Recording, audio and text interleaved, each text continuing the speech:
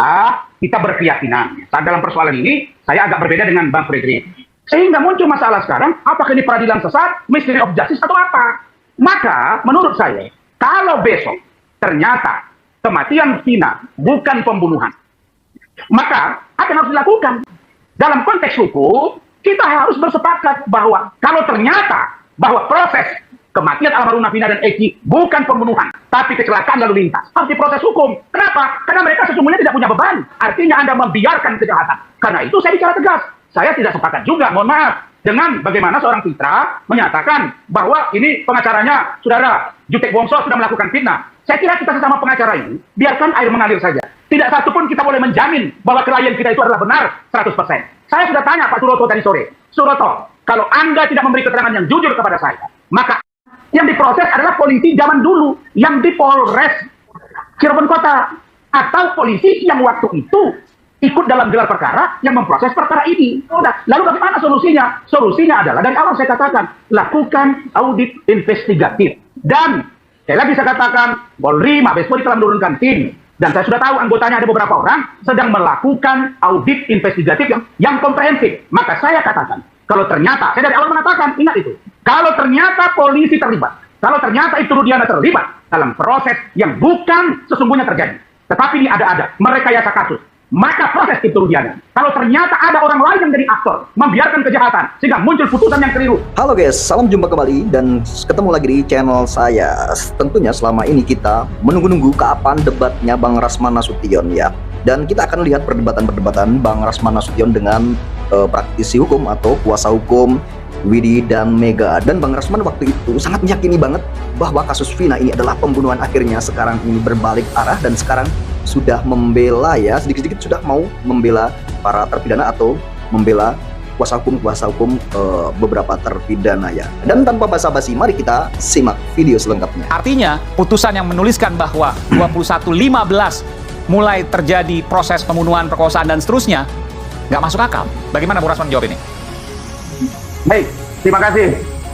Jadi kalau dari sisi saya, setelah saya amati tadi apa yang disampaikan oleh teman-teman, saya ingin menyatakan dengan tegas di sini bahwa pendapat hukum saya, kalau dalam istilah hukum itu ada yang disebut dengan ratio decidendi, dasar dalam mengambil putusan, khususnya hakim. Nah, dasar saya juga untuk pertama, ketika kasus ini mencuat ke permukaan, saya orang yang mengatakan bahwa berikan kesempatan kepada Polri untuk melakukan proses tindak lanjut dari putusan yang sudah inkrah dari Mahkamah Agung terkait dengan kematian Vina dan Eki yang dalam putusannya menyebut bahwa ini adalah pembunuhan dan pelakunya dihukum seumur hidup, lalu kemudian 3 orang DPO.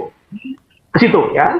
Nah, lalu saya sebagai seorang praktisi hukum mengamati. Apa yang saya amati? Tindakan yang dilakukan oleh Polda Jawa Barat.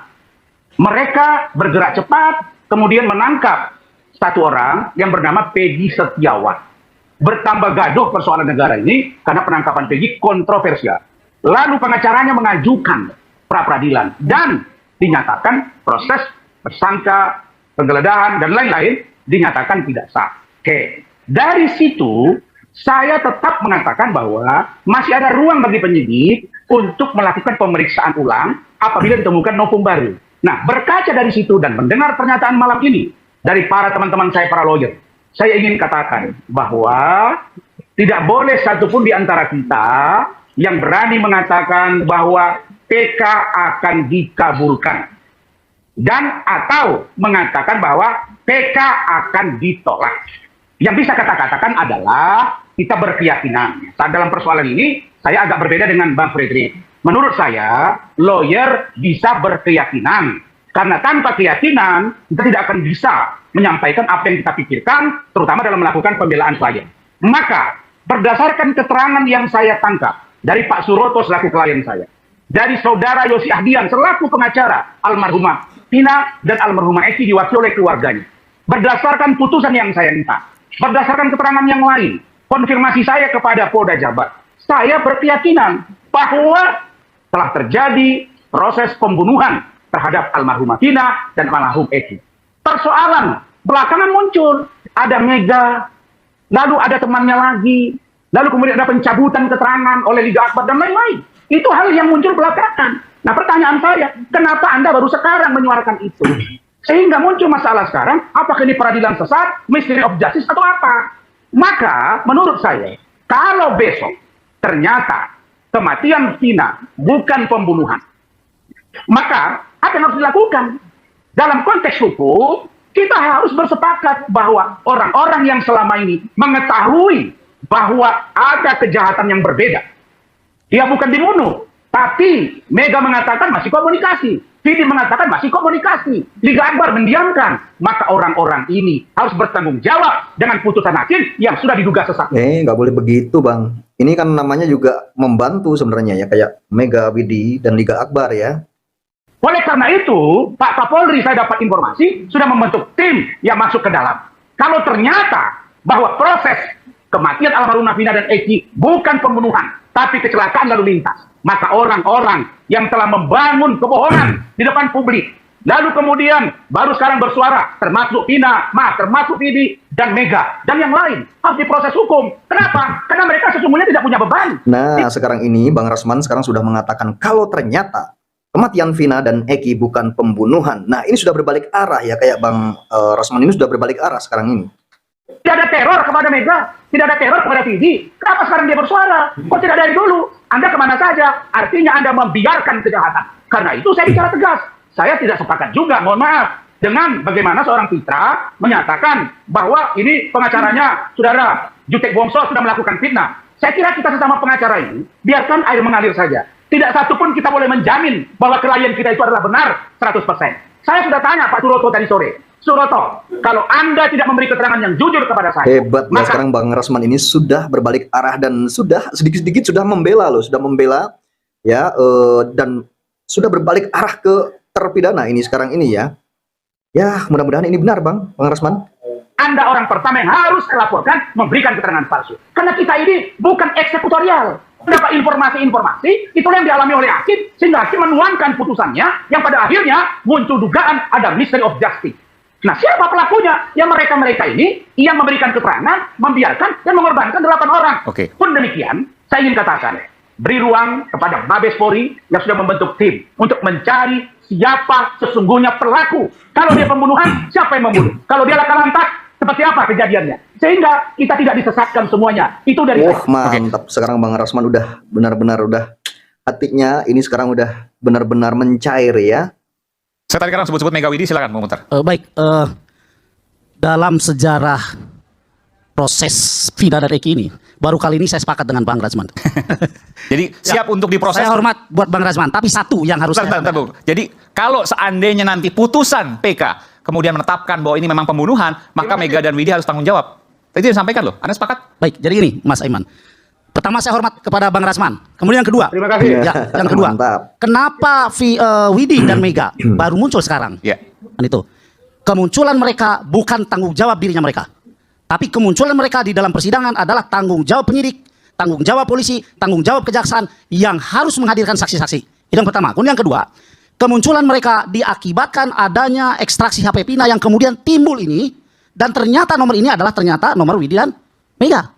Jadi mohon izin Bang Rasman, mohon izin, mereka tidak bisa dipersalahkan kenapa baru muncul sekarang. Bahkan kalau kita melihat fakta persidangan di tahun 2016, semua terpidana mencabut keterangannya, ditolak. Itu yang terjadi. Kemudian ada juga saksi yang mencabut keterangannya, ditolak. Nah sekarang kemunculan mereka justru menurut saya adalah sebuah, bukan keajaiban sebetulnya, sebuah mukjizat bener, betul. di dalam kasus ini yang harus dibuka secara terang benderang. Nah ini betul ini. Jadi ini tuh membantu juga, bukannya malah dipersalahkan, ya kan? Membantu semakin terang benderang masalah ini. Gitu. Iman. Ya. Kenapa?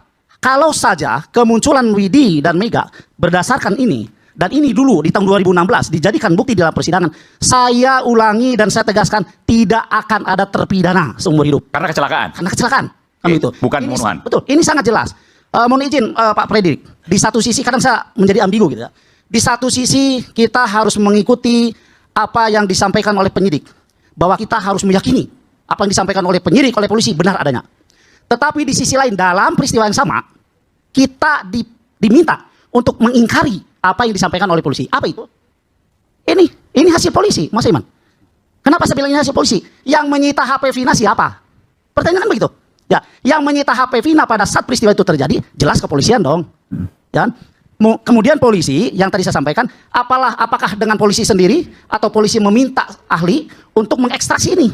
Artinya ini adalah peran polisi, bukan siapa-siapa. Oke, Bung Rasman, silakan Bung Rasman. Itu. Begini. Bung Mukhtar, saya ingin katakan bahwa selama ini, saya bisa katakan bahwa selama ini Mega dan Widi tidak ada beban. Tidak ada beban. Dan polisi tidak tahu kalau mereka ini bahagian yang berkomunikasi dengan yang namanya almarhumah Vina. Di situ dia konsentrasi pikiran. Sebentar, kan sudah ada buktinya, Bung Rasman, bahwa polisi tidak tahu kan nggak masuk akal, karena kan ekstraksinya sudah ada, kontaknya kemana, betul sekali. arahnya kemana, Ekstraksinya udah ada, tidak mungkin polisi tidak tahu, ya kan? percakapannya bagaimana. Begini, kalau polisi menganggap bahwa bukti cukup untuk 8 orang ini sebagai pelaku, plus ada yang belum ketangkap, itu yang mereka proses. Itu yang mereka bawa ke kejaksaan. Jaksa dengan polisi melakukan praadjudikasi, pemeriksaan berkas dan keduanya. Nah, begitu ternyata ada dihukum sekian orang. Kan ini kan dulu di Cirebon juga rame, sidangnya dan lain-lain, makanya diambil oleh Polda Jabar. Kenapa Widi dan Mega diam saja? Nah, sama dengan hari ini. Kenapa sekarang dia baru terpanggil? Kita tidak ada beban. Beda dengan yang 8 orang. Mungkin mereka takut. Mungkin mereka khawatir. Karena mereka dipukuli. Nah, ini menurut saya, inilah bahayanya. Kalau pemberitaan itu no justice, no viral. Maka saya katakan, hukum jangan ditegakkan karena viral. Hukum jangan ditegakkan karena public opini. Hukum jangan ditegakkan karena netizen. Nah, karena itu saya katakan bahwa seharusnya Mega dan Widi harus tampil pada waktu itu. Oke lah, karena sudah terjadi. Maka saya harus katakan bahwa polisi Polda Jabar hari ini tidak patut dipersalahkan. Yang diproses adalah polisi zaman dulu. Yang di Polres. Nah, ini saya sepakat, bener ya. Saya sepakat sama Bang Rasman, ini sepakat. Cirebon Kota. Atau polisi yang waktu itu ikut dalam gelar perkara yang memproses perkara ini. Ini tumben banget ya, teman-teman ya. Ini tumben banget. Ini Bang Rasman ini ya sepakat gitu ya, pemikiran sama saya, sama kita. Mungkin teman-teman juga gitu ya. Cuman ada kata-kata sedikit tadi yang kurang enak ya, tentang Widi dan Mega itu harus diproses jika ini kecelakaan. Apa kaitannya kan gitu ya.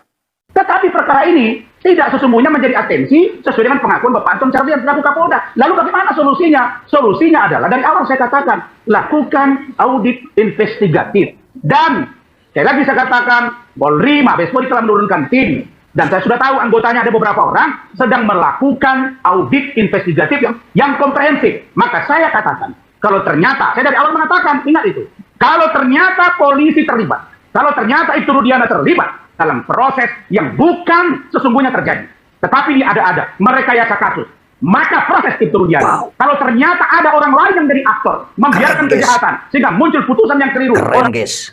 itu harus diproses secara hukum. Yang saya tidak mau, jangan orang yang tidak bersalah dihukum. Kenapa? Kasihan saya dengan Dirkrimum Polda Jabar, Mantap. dengan Kabid Humas Polda Jabar, dengan Mantap, Kabid Hukum mantap. Polda Jabar, karena mereka menerima barang yang disajikan. Karena itu, saya dari awal katakan, kalau ternyata ada ketidakberesan, proses mereka. Yang penting bagi saya dari awal, Polri harus transparan dalam penegakan hukum untuk keadilan itu sendiri. Baik, Itu. ya, Bang Wah, ini Rasman. keren ini. Ini keren ya. Jadi ini saya sepakat, statement Bung Rasman ini saya sepakat ya.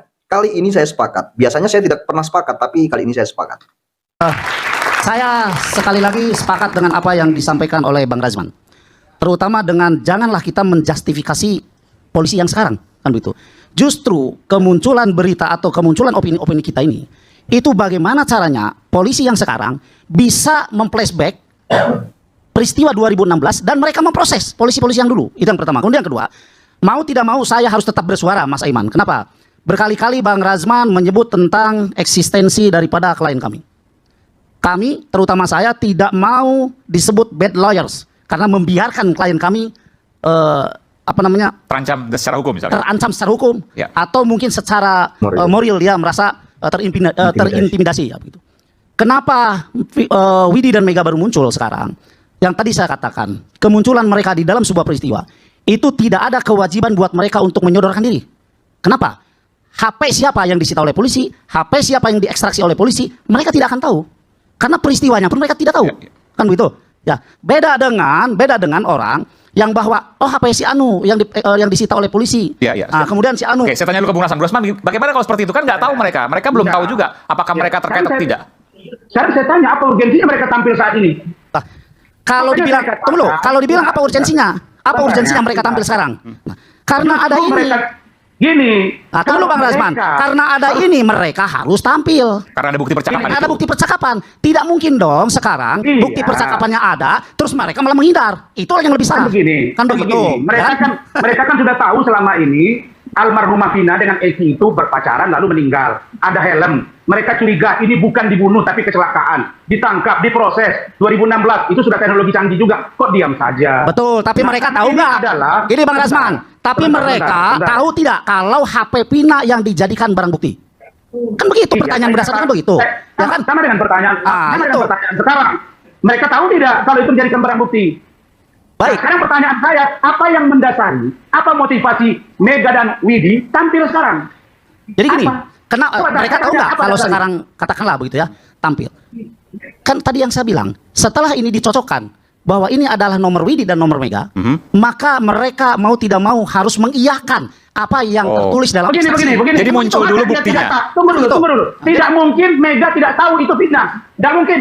Mereka berkawan, mereka bersahabat. Kewenangan menyita barang bukti itu ada di polisi, bos. Bukan ada di klien kami. Dari mana ceritanya? Pak, tolong dong disita HP saya. Nggak ada. Tidak, Kewenangan, tidak. Mas Saya Iman, tidak tahu. kewenangan menyita barang bukti Iya. yang ada di dalam TKP atau yang berada di dalam tubuh korban atau pelaku itu sepenuhnya kewenangan polisi. Oke. Yang jelas Masa satu kita Pak nggak ya, tahu? ini sudah ada dalam berkas, sudah dipertimbangkan. Jadi tidak perlulah kita perpanjang lebar lah Pak. Tidak ada artinya. Karena datanya penting, Saya ngomong silakan. dulu. Saya ngomong dulu. Silakan, Bung Rasman. Kalau sekarang Mega dan Widi tahu bahwa sudah ada barang bukti di polisi, sama dengan dulu mereka juga sudah tahu di proses hukum. Pertanyaan saya, ini waktunya sudah 2 bulan baru mereka nongol yang 2 ini. Karena ditengoknya, oh iya ya kita nebeng nih, kita bantu nih bahwa ini ada kejahatan. Saya yakin bahwa mereka berdua ini tahu bahwa handphone mereka itu harusnya ikut menjadi barang bukti. Tapi pertanyaan mendasar begini, Bung Rasman. Apa Lebih lucu lagi kalau begitu. Sebentar. Saya ingin tanya kepada Bung Rasman. Apa salahnya ketika mereka baru hadir saat ini? Jangan Kenapa? Karena saya pikir Mega dan Widi ini, dia sudah tahu bahwa saat ini kecenderungan opini publik itu menguntungkan orang-orang yang dalam tanda kutip mencabut keterangannya. Ke situ logika berpikir saya dan saya. kalau dulu nggak pede gitu. Kalau Misalnya. dulu mereka tidak pede gitu. Oke. Mereka tidak pede. Maka setiap orang yang menyampaikan statement dalam sebuah kasus yang sudah terjadi yang kita sebut dengan due process of law, maka orang itu harus bisa memberi alasan. Satu, kenapa 2016 tidak speak up? Kenapa hari ini speak up? Oke, saya tanyakan Apa sebentar. motivasinya? Gitu. Baik, sebentar Bung Rasman. Saya tanya langsung pada Mega Widi. Iya. Anda mau jawab soal itu, pertanyaan Bung Rasman, silakan. Mega dulu boleh, habis itu Widi. Pada waktu 2016 nggak ada yang nyari. Kalau misalkan kita berdua speak up, emang bakal ada yang percaya. Kita orang kecil, kita orang kampung, pasti bakal dikira halu lah apa. Nggak akan ada yang percaya. Tapi tahu bahwa ada percakapan itu, ada transkripnya? Nggak. Nggak tahu. Oke, Widi silakan. Kalau dari 2016 ada yang nyari saya sama si Mega, saya bakal adepin kayak sekarang ini. Hari itu juga Anda datang ke pengadilan atau kantor polisi untuk memberikan keterangan. Ya, Mega, ya hadir. siap. Tanya nggak? Boleh saya tanya nggak? Silakan Bung Rasman. Boleh Oke, ya? Boleh. Mega dan Widi. Oke, kalau begitu alasan kalian berdua, karena tidak dinilai nanti keterangannya karena dianggap orang biasa, pertanyaan saya ingin jujur ya, walaupun saya tahu sebelumnya, siapa sesungguhnya yang menyuruh kalian speak up? Tidak ada yang nyuruh saya sama si Mega untuk Speak speak up karena saya punya hati nurani, saya ingin membantu apa yang Ini saya sudah bisa. berbeda. Dek, ini sudah berbeda lagi Sebentar, keterangan Mega, kalian. sebentar Bung Rasman, sebentar Bung Rasman. Kalau Mega jawabannya apa? Siapa yang menyuruh? Nggak ada yang nyuruh. Saya cuma memberikan kesaksian apa yang saya tahu, apa yang saya alami saja. Oke, sekarang saya jawab. Oke, silakan. Saya masih ingat beberapa waktu yang lalu, kalau nggak salah sebulan yang lalu, saya di studio, rekan saya Mukhtar Effendi dengan Widi dan Mega di Cirebon. Mereka mengatakan berkomunikasi dengan ahli forensik, yaitu Bapak Reza Indragiri. Di sini saja keterangannya sudah berbeda, saya masih ingat. Maksudnya- Karena itu saya katakan. Iya. Nah, mereka waktu itu kan berkomunikasi dengan Pak Reza Indragiri selaku ahli digital forensik. Kenapa Anda tidak mengatakan itu? Lalu Ini, kemudian, Bang Ran. saudara Ini. Erwin, sebentar.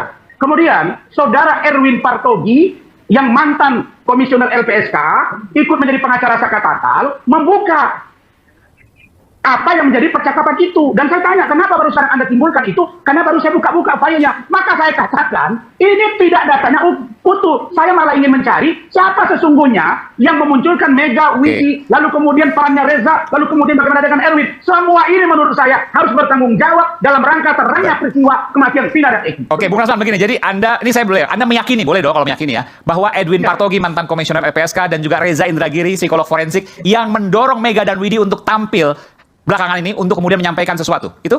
Saya tidak meyakini. Waktu itu Mega dengan Widi bilang bahwa mereka berkomunikasi dengan Bapak Reza Indragiri, sahabat saya. Apa motivasinya? Kenapa sekarang bilang tidak ada? Oke, silakan Mega dan Widi. Sebentar saya akan berikan kesempatan pada Bung Muhtar. Mega, Widi, silakan, ada tanggapan soal itu? Udah gini aja Mas Aiman, biar klien saya tidak bingung menjawab. Enggak, sebentar, nggak apa. Saya ingin dengarkan. Jadi waktu itu komunikasi ke psikolog forensik Reza Indragiri dan Edwin Partogi, betul? Tidak sama sekali, dan saya bertanya kepada Pak Reza, dapat nomor saya sekarang dari mana? Dan itu tidak ada jawaban. Nggak ada jawaban. Pak Reza, saya juga aneh ujuk-ujuk datang ke rumah Pak Reza. Nggak boleh begitu. Saya masih dengar. Saya buka rekamannya deh. Udah gini Sudah aja, dijawab, saya sudah aja dijawab. Mas Aiman Rasman, lagi. silakan. Jangan terlalu mendesak klien saya. Ya, sudah dijawab, Bung Rasman. Jadi silakan. beginilah. Betul memang saya, Widi dan Mega ada komunikasi dengan Pak Reza. Tetapi hubungannya bahwa mereka ini harus didampingi oleh seorang pengacara. Ya. Itulah komunikasi yang kami bangun secara intens. Jadi bukan berarti bahwa Pak Reza yang harus mendorong mereka muncul ke permukaan. Kan gitu. Nah sekarang yang saya bilang, Pak Reza ada semacam kewenangan apa dia mendorong mereka untuk muncul ke permukaan, kan begitu. Jadi menurut saya mari kita nggak usah terlalu melebar kemana-mana lah ya. Pak Reza seolah-olah yang mendorong mereka untuk muncul ke permukaan, kemudian berbicara. Kemunculan mereka akibat ini, sudah itu aja. Akibat adanya ekstraksi HP-nya Vina. Baik. Kan begitu. Nah, begitulah teman-teman, perdebatan atau diskusi-diskusi yang sangat menarik ini. Tentunya ini diskusi yang mungkin kita senang mendengarnya karena ini nanti semua ini juga bersama-sama mencari sebuah titik terang dalam kasus Vina Cirebon. Dan terima kasih yang sudah menonton video ini sampai selesai, dan kita sampai ketemu lagi di video atau di hari berikutnya.